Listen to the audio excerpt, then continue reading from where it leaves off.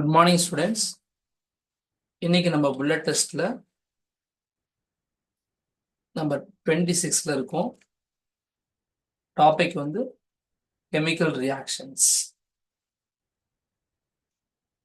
First question, metal oxides are base in nature. Metal ஆக்சைட்ஸ்க்குலாம் எந்த nature இருக்கு? அசிட்டிக்கா, basic? Question number 2, write any one example for amphoteric oxides. amphoteric oxide ஒரு example.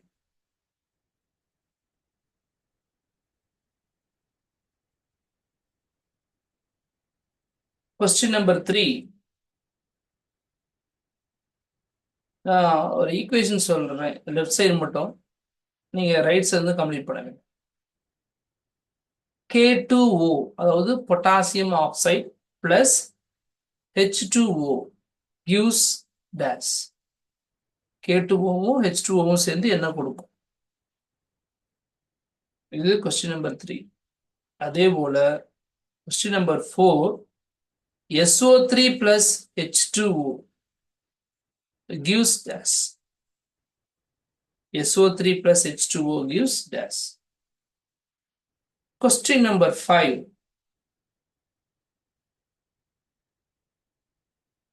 நான் ஒரு equation கம்ப்ளீட்டா சொல்லிடுறேன், ஒரே ஒரு ப்ராடக்ட் மட்டும் சொல்ல மாட்டேன், அதை வந்துட்டு நீங்க என்ன பண்ணணும், கண்டுபிடிக்கணும்.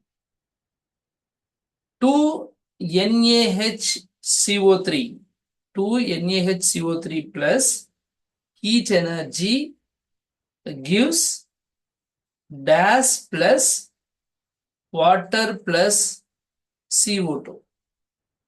2NaHCO3 plus heat energy gives dash plus water plus CO2.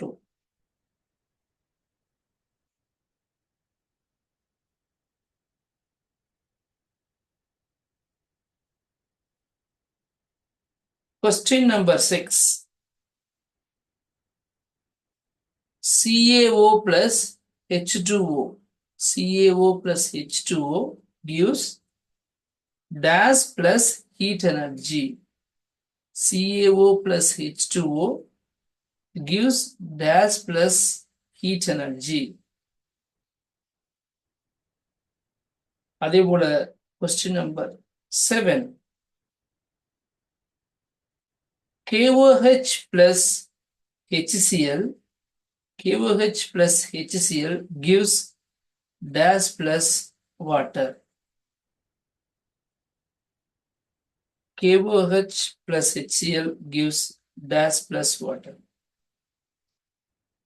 Question number 8, நான் ஒரு ஈக்குவேஷன் கம்ப்ளீட்டா சொல்லிடுறேன், இது எதுக்கான எக்ஸாம்பிளா இருக்கும் அப்படின்னு மட்டும் சொல்லுங்க. ஏன்னா நிறைய கெமிக்கல் ரியாக்ஷன்ஸ் பார்த்தீங்க, அதுல இது எதுக்கான எக்ஸாம்பிள் மட்டும் சொல்லுங்க.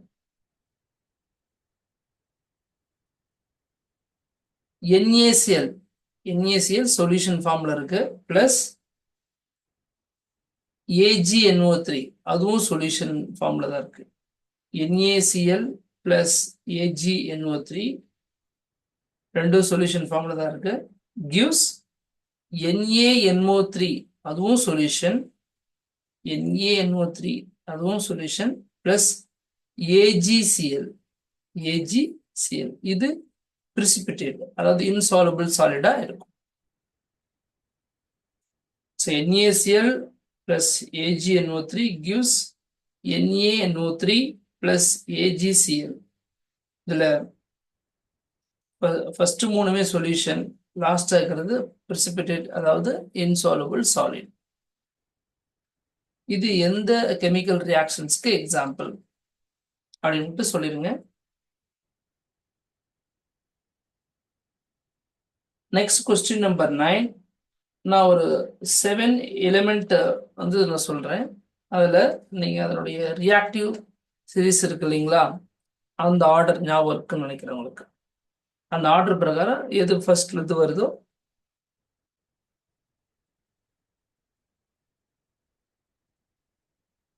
அந்த மாதிரி எழுதிருங்க.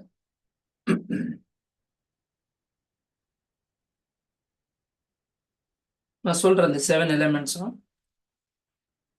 Sodium, copper, zinc, potassium, hydrogen, mercury, platinum. நீங்க சிம்பிள்ஸ்ல தான் எழுதுவீங்கன்னு சொல்லிட்டு தான் கொஞ்சம் நான் ஃபாஸ்டா எழுதுன்னு சொன்னேன். திரும்ப சொல்றேன்: sodium, copper, zinc, potassium, hydrogen, mercury, platinum. இது அரேஞ்ச் பண்ணி எழுதிருங்க. அடுத்தது கொஸ்டின் நம்பர் 10.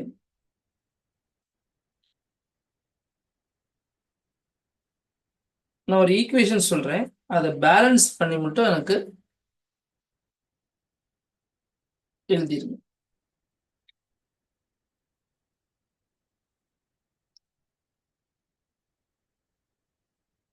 கொஸ்டின் நம்பர் 9 முடிச்சிருப்பீங்கன்னு நினைக்கிறேன்.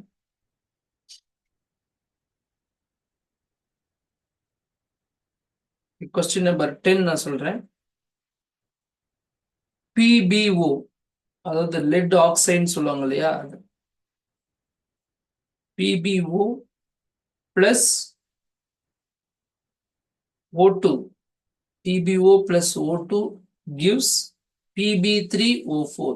Pb3O4. PbO plus O2 gives Pb3O4.